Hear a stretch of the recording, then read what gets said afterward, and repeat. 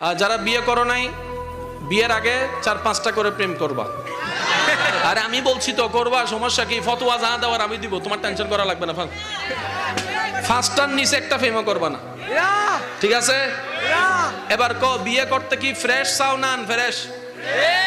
হ্যাঁ হ্যাঁ, আরো জোরে কর না, ফ্রেশ চাও তো? এবার ফ্রেশ দেওয়ার মালিক কে? আল্লাহ। একজনে বিয়ের আগে 10টা প্রেম করছে, আমি কই কারে বিয়ে করবি? কই একটারও করতাম না। তো বিয়ে করবি কারে? কই 100টা খুঁজা ফ্রেশ দেখে একটা বিয়ে করবো। সে 1000টা খুঁজা একটা বিয়ে করছে, 6 মাস পরে খবর পাই তার বউয়ে 20টা।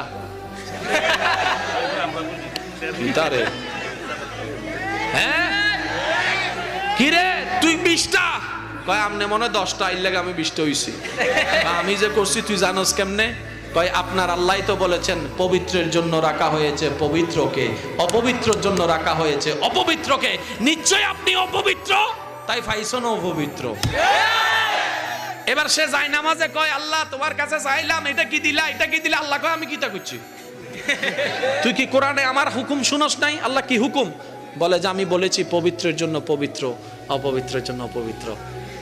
এখন থেকে ফ্রেশ চাও না আনফ্রেশ? পবিত্র চাও না অপবিত্র?